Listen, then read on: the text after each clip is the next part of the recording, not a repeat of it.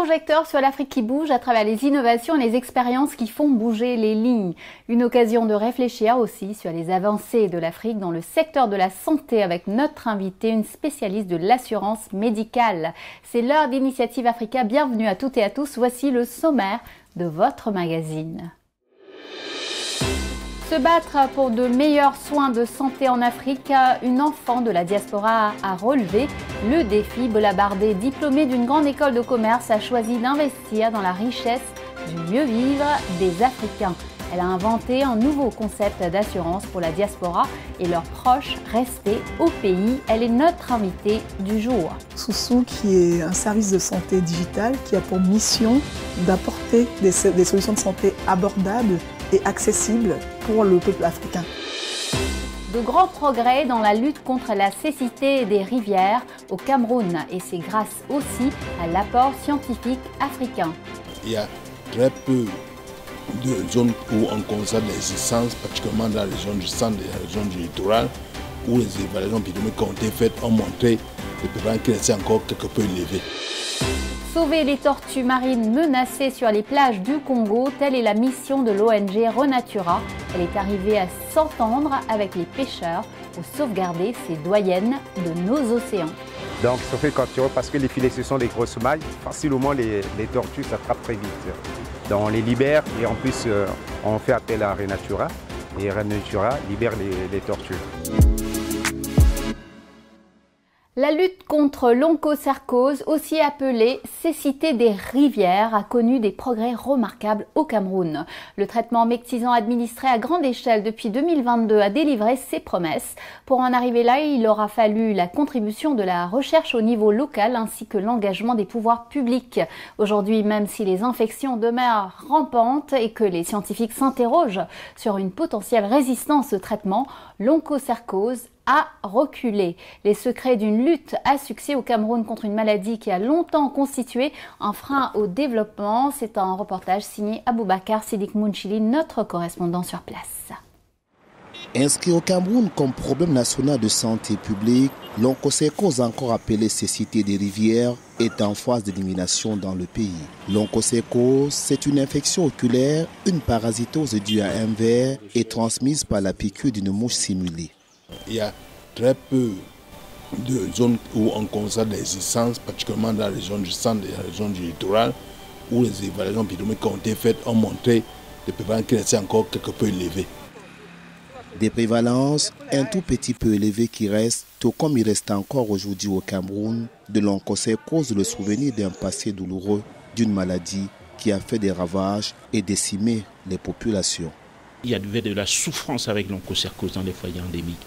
J'ai vu nos compatriotes à Bafia, à Bayomène, à Kiki, à Guéboba, à Esséré, souffrir de l'onchocercose. On voyait des jeunes filles dont la peau était complètement détruite par l'onchocercose. Des jeunes hommes défigurés par l'onchocercose avec des jambes qui présentait ce qu'on appelle dans le jargon la peau de léopard. On avait beaucoup d'aveugles dans le Mbam du fait de l'onchocercose. Il y avait dans chaque famille au moins 2-3 enfants épileptiques du fait de l'onchocercose.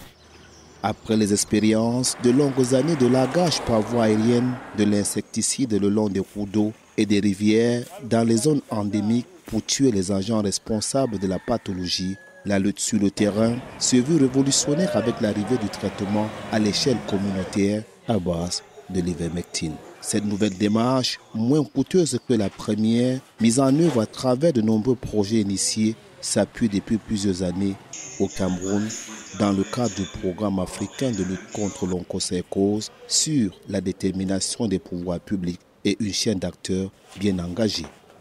Et nous, on a eu la chance au Cameroun qu'on a eu un accompagnement des ONGD.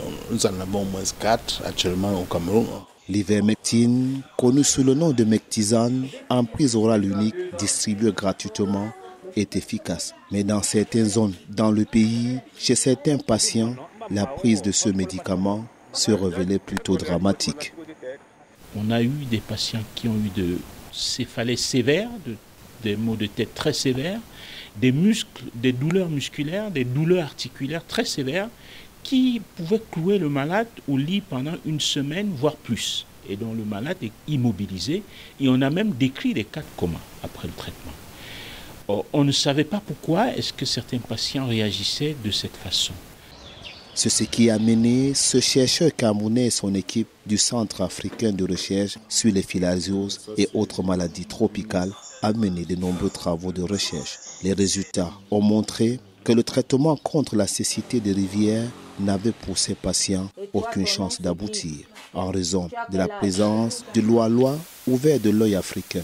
Cette filariose distingue quand elle affecte un malade de la cécité des rivières, rend l'ivermectine ou mectisane impossible à administrer sous peine de sérieux effets secondaires et pourrait même faire courir un danger de mort aux porteurs de deux filarioses.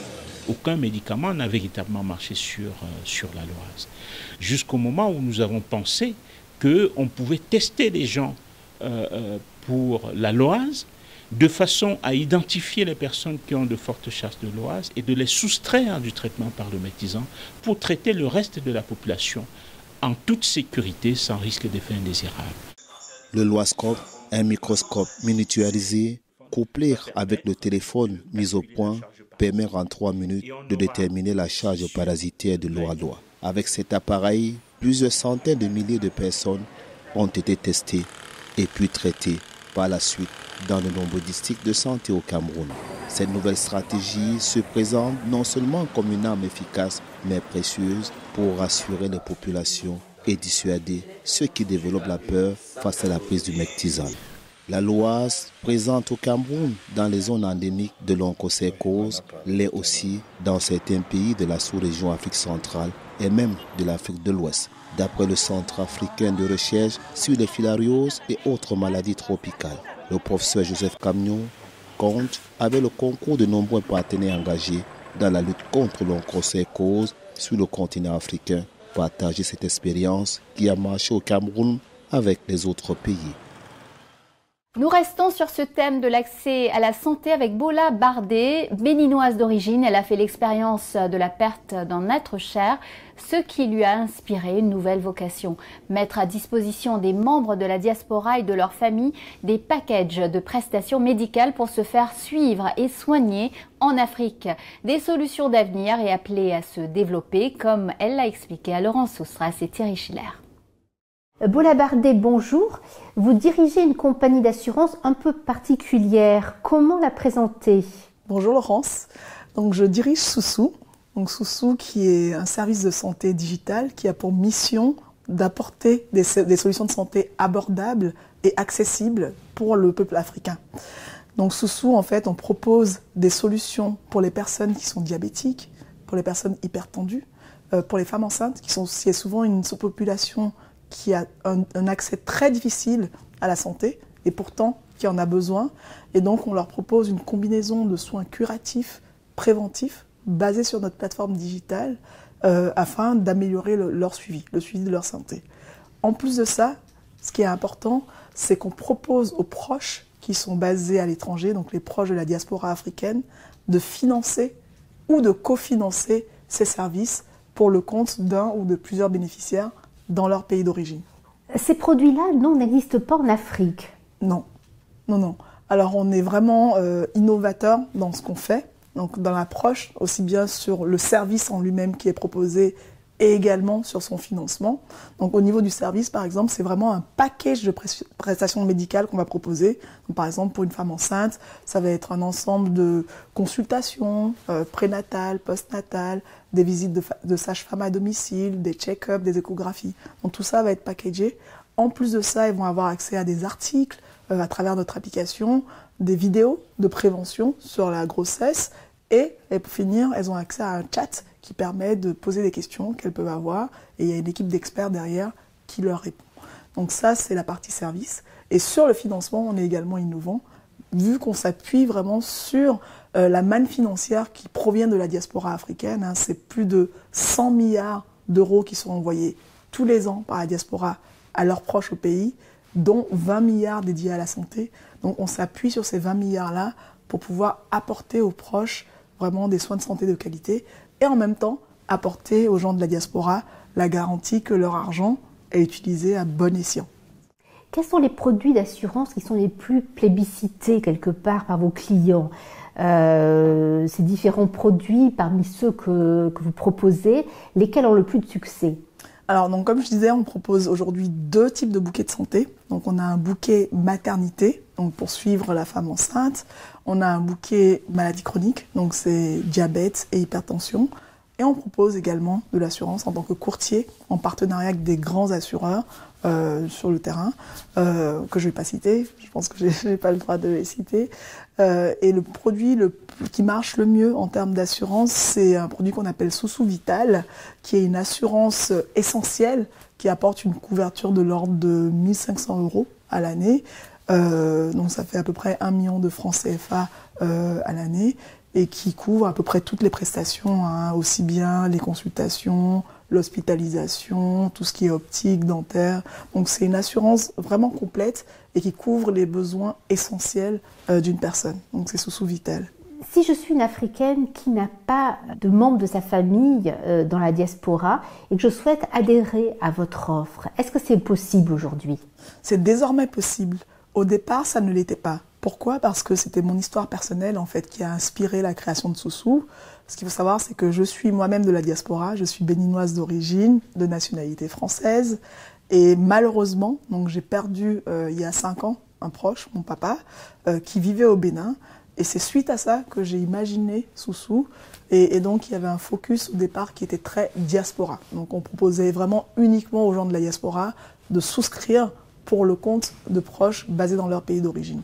Et effectivement, on s'est rendu compte que notre service pouvait également intéresser des gens basés localement qui souhaitent le financer par eux-mêmes ou avec l'aide de proches. Et donc, on a commencé récemment à proposer nos offres localement dans les pays où on est présent, donc la Côte d'Ivoire, le Sénégal et le Cameroun. À quoi attribuez-vous aujourd'hui la croissance de votre société, à cette interaction avec les services de santé locaux ou à l'engagement de la diaspora ? On l'attribue au fait qu'on résout plusieurs problèmes, aussi bien du côté de la diaspora que localement. Donc le premier problème localement, c'est que le taux de pénétration de l'assurance santé est très très bas. Ça veut dire 3%, ça veut dire que 97% de la population n'a pas accès à une solution pour payer leurs dépenses de santé et doit payer de leur propre poche. Donc ça, c'est le premier problème qu'on résout. Donc on apporte de l'accès à de l'assurance et à d'autres solutions pour ces gens-là. En plus de ça, donc, on a une population que nous, on cible particulièrement, les personnes vulnérables, femmes enceintes, malades de maladies chroniques. Ces gens-là, ils sont encore plus exclus du système de l'assurance. Ils ne sont pas assurables, malheureusement. Les assureurs n'en veulent pas. Et en plus de ça, ils sont livrés à eux-mêmes dans leur parcours de soins. Ils n'ont pas de réponse aux questions les plus basiques sur comment mieux vivre avec leurs conditions, quel régime alimentaire suivre, comment faire du sport quand on est diabétique, quand on est enceinte, etc., etc. Donc nous, on apporte des solutions à tous ces problèmes-là. Déjà, on leur apporte une forme de couverture qui est une alternative à l'assurance pour pouvoir payer les dépenses livrées à leurs conditions. Et en plus de ça, on leur apporte des conseils préventifs, voilà, et on leur apporte en plus de ça un accompagnement, un support avec des gens qui sont là pour répondre aux questions qui peuvent se poser au quotidien. Donc ça, c'est vraiment le problème auquel on répond localement. Le deuxième problème qui est lié, mais qui est extrêmement important également, c'est le financement. Parce que la plupart la grosse barrière à des soins de santé de qualité sur le continent, c'est le fait que les gens n'arrivent pas à payer leurs dépenses de santé. Et nous, on apporte cette innovation-là qui permet à des proches qui ont les moyens financiers de le faire, de cofinancer ces besoins avec les bénéficiaires. Le financement de Soussou lui-même, d'où vient-il ? J'ai vu que vous aviez une levée de fonds cette année. Quel impact a-t-elle eu sur les activités de Soussou ? Effectivement, on a levé des fonds. Donc, on a levé des fonds auprès d'investisseurs privés au départ et également auprès de la BPI France, qui est la banque d'investissement du gouvernement français, qui soutient les startups et qui nous soutient. Donc, on est très content de cet accompagnement. Et cet argent, il était très important dans notre développement parce qu'au départ, on a démarré à une très petite échelle sur un seul pays, la Côte d'Ivoire. Et là, avec cet argent, on a pu ouvrir 2 nouveaux pays, 2 pays supplémentaires, le Sénégal et le Cameroun, qu'on a ouvert récemment, il y a quelques mois. Et en plus de ça, ça a permis de financer de l'acquisition, donc le marketing pour se faire connaître encore plus dans les marchés où on est présent et mettre en place des partenariats B2B, donc avec des acteurs de l'assurance, de la tech localement pour pouvoir en fait améliorer la distribution et également l'opération de notre service. Il y a également le côté tech qui est très important. Ça nous a permis de continuer à développer, à enrichir notre plateforme technologique qui est vraiment au cœur du dispositif parce qu'elle permet vraiment de suivre le parcours de soins du bénéficiaire. On va avoir une app où le bénéficiaire il peut souscrire au service, il a accès encore une fois au service, au conseil préventif, il a également accès au chat. Voilà, toute cette partie-là a été développée en interne chez Soussour et le financement qu'on a reçu a permis de le faire.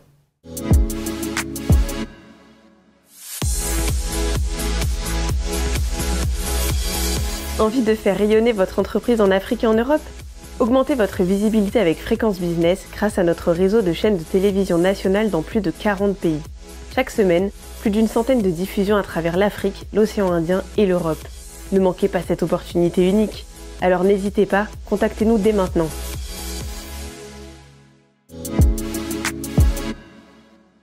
Bienvenue pour la deuxième partie de notre émission.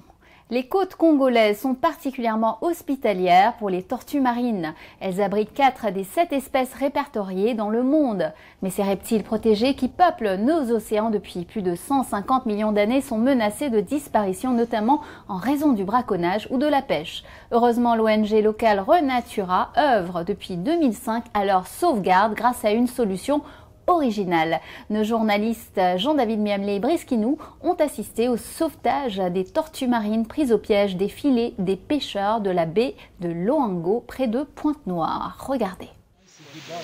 Voici une tortue marine, dite tortue verte, sur la plage de Loango près de Pointe-Noire. Elle a été accidentellement happée par les filets des pêcheurs. Avant d'être relâchée en mer, les employés de l'ONG Renatura, préposés à la protection des tortues marines au Congo, prennent les mensurations de l'animal. Épuisé, exténué, l'animal peine à se déplacer. La cinquantaine de mètres qui la séparent de la mer semble interminable pour la tortue marine. À un moment, il faut le concours de Jean-Félix Tibinda de Renatura pour aider l'animal à retrouver la mer. Une opération devenue banale pour ce collaborateur de l'ONG Renatura. La semaine passée, j'ai eu au moins 12 et 3 mortes. La semaine-là, il y a eu seulement 2 et une tortue morte. Pendant le mois, on peut avoir aussi plus de 50 ou moins de 50 ou moins de 10. Selon l'autre, là, les pêcheurs, comment ils vont entrer pêcher leur filet dans l'eau. Pour les pêcheurs, la capture des tortues marines est tout simplement accidentelle. En principe, pour nous, le filet, on ne pratique pas non seulement pour les tortues, mais on fait la pêche des poissons. Bon, lors de la sardinette, nous, on pêche toujours un peu au bord. Or, au bord, c'est le moment où les tortues, ceux qui viennent aussi manger des herbes, des poissons, tout ça, surtout des herbes. Donc, on sait tout moment, quand ils arrivent et il y a des filets, donc ils se font capturer. Donc, ils se font capturer parce que les filets, ce sont des grosses mailles. Facilement, les tortues s'attrapent très vite. Donc, on les libère et en plus, on fait appel à Renatura. Et Renatura libère les tortues. Renatura, une ONG de droit congolais créée en 2005, a signé des partenariats avec les habitants de la plage de Loango pour compenser les dommages causés par la capture des tortues marines, notamment la déchirure des filets, des compensations qui font le bonheur des pêcheurs.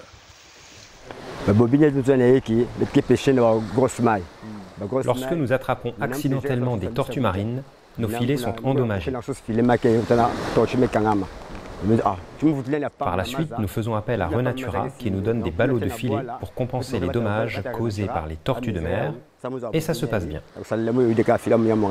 Quand nous avons commencé les activités sur les libérations de tortues sur toute la côte congolaise, nous avons signé un protocole d'accord avec les pêcheurs, protocole d'accord qui nous permet donc de donner du matériel nécessaire pour coudre les filets de pêche des pêcheurs qui ont été affectés par la prise des tortues marines. Donc lorsque un pêcheur capture une tortue, il vient, il nous informe, il informe notre agent qui est là en permanence sur le terrain. Et l'agent vient, il constate les dégâts au niveau du filet du pêcheur. Et voyant l'ampleur des dégâts causés, il estime le nombre de bobines qu'il faut donner au pêcheur. Et après cela, le pêcheur se rapproche de nous, on lui donne des bobines qui lui permettent de réparer les dégâts causés par la tortue. En fait, les côtes congolaises sont très hospitalières pour les tortues marines du fait de l'abondance de la matière nutritive comme les algues, les mollusques, les crevettes et poissons entre autres, et de l'habitat rocheux. Une véritable nurserie pour tortues marines qui abrite déjà 4 des espèces de tortues marines répertoriées dans le monde. Effectivement, le Congo abrite 4 des 7 espèces qui existent au niveau mondial chez les tortues marines. Et toute l'année, dans nos eaux, on a différentes espèces qui se succèdent. Donc les tortues marines, c'est des espèces migratrices, ce qui veut dire qu'en fait, elles parcourent de longues distances entre leur lieu de reproduction et leur lieu d'alimentation. Donc la baie de Luango, où on est durant le reportage, c'est un endroit où les tortues vertes passent la plupart de leur temps à leur stade juvénile pour venir s'alimenter. Mais on accueille aussi par exemple des tortues luttes. Et les tortues luttes au niveau mondial, le Congo, c'est le premier site à l'heure actuelle qui accueille autant d'individus de cette espèce-là. Avant, c'était la Guyane française. Aujourd'hui, les tendances se sont inversées. Donc non, ce n'est pas une légende. Le Congo accueille de nombreuses tortues marines qui viennent ici soit pour s'alimenter, soit pour se reproduire. Et ça, c'est lié particulièrement à la richesse en fait, de la biodiversité marine qu'on peut y retrouver et qui fait partie de leur chaîne alimentaire. Mais aussi en fait, au profil qu'on a des plages sur la côte congolaise qui permettent aisément aux tortues de monter et de venir nidifier pour se reproduire sur les côtes. Pour autant, une menace plane à l'horizon. Le nombre de captures de tortues qui viennent sur les côtes congolaises ne cesse de baisser. D'environ 3000 il y a 5 ans, l'on en est à 300 en moyenne ces dernières années. Peut-être que les activités industrielles, avec l'exploitation pétrolière et l'extension du port de Pointe-Noire, y sont pour quelque chose. Et nous retrouvons Bola Bardé, elle nous parle plus en détail de sa société Soussou. Soussou, c'est la fintech d'assurance qui a démarré avec 20 assurés et 2 employés. Elle s'est étendue aujourd'hui en Côte d'Ivoire, au Sénégal, au Cameroun et en RDC avec 50 employés. Un challenge qui plaît à des investisseurs institutionnels comme l'Union européenne et la Banque africaine de développement. Ils lui ont apporté 4 millions d'euros dans une levée de fonds. Bola Bardé nous raconte comment elle en est arrivée là. Écoutons-la. Bola Bardé, quand avez-vous pris conscience de ces failles dans la couverture de santé et de prévoyance des personnes de la diaspora et de leurs proches en Afrique? Ce qu'il faut savoir, c'est que je ne viens pas du domaine de la santé, ni de celui de l'assurance. Je suis malheureusement tombée dedans à travers un drame personnel que j'ai connu, donc mon papa, qui est décédé à 65 ans, malheureusement au Bénin. À l'époque, il avait de l'hypertension, il n'avait pas d'assurance pour couvrir ses besoins de santé. Et en plus de ça, comme je disais, il était vraiment complètement livré à lui-même par rapport aux questions fondamentales qui pouvaient l'aider à vivre au mieux avec sa condition. Et j'ai surtout pris conscience en tant que membre de la diaspora que je n'ai pas été en mesure de l'aider. Que j'aurais pu, à travers les canaux de transfert d'argent, envoyer de l'argent, mais que l'argent n'aurait pas résolu le problème qui était vraiment un problème d'accès à une santé de qualité pour lui. Et donc c'est comme ça que l'idée de Soussou est arrivée et que j'ai pris conscience des challenges en matière de santé localement dans nos pays et des challenges que la diaspora a également pour prendre soin de leurs proches. Mais cela vous a pris un certain courage parce que vous avez étudié à HEC, vous avez une carrière bien établie dans la finance, vous travaillez donc dans la banque privée. Comment avez-vous trouvé ces ressources pour monter cette société? Ça coulait de source par rapport à mon histoire parce que voilà, mon papa c'est quelqu'un qui m'était cher et donc pour moi la question ne se posait même pas. À côté de ça, c'est vrai que j'étais entrepreneur déjà depuis quelques années. J'avais créé une société dans le domaine du conseil, donc je sais ce que c'est que l'entrepreneuriat. Je savais en démarrant l'aventure Soussou, même si le niveau de challenge n'est de loin pas le même. Soussou est beaucoup plus challengeant que tout ce que j'ai pu faire jusque-là en matière d'entrepreneuriat. Comment votre formation, votre expérience professionnelle vous ont aidé à faire aboutir votre projet ? Je suis diplômée d'une école de commerce et c'est une formation qui est très généraliste où on apprend un peu tous les métiers de l'entrepreneuriat, aussi bien le management en général, la finance, l'économie, les ressources humaines, le marketing, les ventes. Donc voilà, j'avais ce background au moins technique qui m'a permis de démarrer pas d'une page blanche, quoi, tout simplement. Et en plus de ça, comme je disais, en tant qu'entrepreneur, la matière première d'un entrepreneur, c'est de savoir se débrouiller. Se démerder, c'est, je crois, une capacité que j'ai en interne et qui m'a permis de pouvoir trouver des solutions aux problèmes qui se sont posés jusque-là. Comment envisagez-vous les partenariats de Soussou avec les assureurs traditionnels? Sont-ils intéressés par ce projet? Tout à fait. Soussou, pour eux, est une vraie aubaine puisque ça leur permet d'augmenter leur chiffre d'affaires. Qui a un chiffre d'affaires assez réduit. Encore une fois, l'assurance couvre uniquement 3% de la population. Et à travers Soussou, on va leur chercher des parts de marché à l'extérieur du pays, vu que c'est financé par des personnes qui vivent à l'extérieur du pays. Donc ça leur apporte une garantie de collecte de leurs fonds, garantie qu'ils n'ont pas lorsqu'ils font affaire directement avec des individus qui souvent viennent du secteur informel, donc n'ont pas forcément de fiches de salaire, n'ont pas forcément d'adresse. Et donc Soussou est vraiment une opportunité pour eux d'aller chercher un chiffre d'affaires auprès de clients qui sont peut-être un peu plus solvables que les clients qu'ils ont habituellement. Vous avez passé votre jeunesse au Bénin, après être né en France. Vous revenez en Afrique en tant qu'entrepreneuse. Est-ce que c'est difficile de revenir ainsi sur le continent et avec une nouvelle expérience venant de l'Occident et de retrouver l'Afrique avec un système de santé qui n'a peut-être pas tellement évolué? C'est très challengeant. Effectivement, aujourd'hui, Soussou, on a un pied en Europe parce qu'on adresse la diaspora africaine en Europe, et on a un pied en Afrique. Et ça nous permet vraiment de voir le gap qu'il y a en termes de soutien aux entrepreneurs entre la France et l'Afrique. À la France, je disais qu'on était soutenu par la BPI France. En Afrique, on est soutenu par personne. Et aussi, je pense que c'est le plus important en termes d'infrastructure également, parce que l'infrastructure, c'est vraiment la matière première, la matière de base pour un entrepreneur. Donc on a des challenges qu'on doit régler tous les jours. On doit gérer depuis Paris des coupures d'électricité, des coupures de courant, des choses qui nous semblent assez triviales, nous actuellement en Europe, et qui sont des réalités qu'un entrepreneur doit gérer au jour le jour sur le terrain. Donc c'est des difficultés complémentaires qui viennent s'ajouter à la difficulté intrinsèque de l'entrepreneur. Donc je le réalise au jour le jour. Et par rapport au système de santé, oui, je le réalise d'autant plus parce qu'effectivement, quand on vit en France, qui est un pays où on a un système de santé formidable, on mesure le gap qui est abyssal entre ce système de santé et celui des pays d'Afrique. J'étais au Bénin cet été avec mon fils qui a été malade. J'ai mesuré la difficulté que c'était de pouvoir lui apporter des soins assez basiques entre les temps d'attente qui sont interminables dans les hôpitaux, les cliniques, et puis finalement la difficulté à trouver des professionnels de qualité qui ont de l'empathie et qui répondent aux besoins des clients. Donc c'est des choses qu'on essaie de corriger à notre petit niveau. On espère grandir au fur et à mesure et avoir beaucoup de soutien pour pouvoir arriver au bout de notre mission.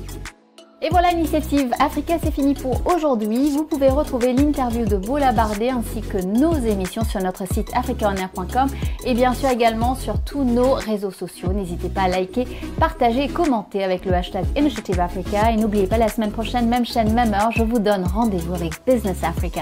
Bonne semaine à tous.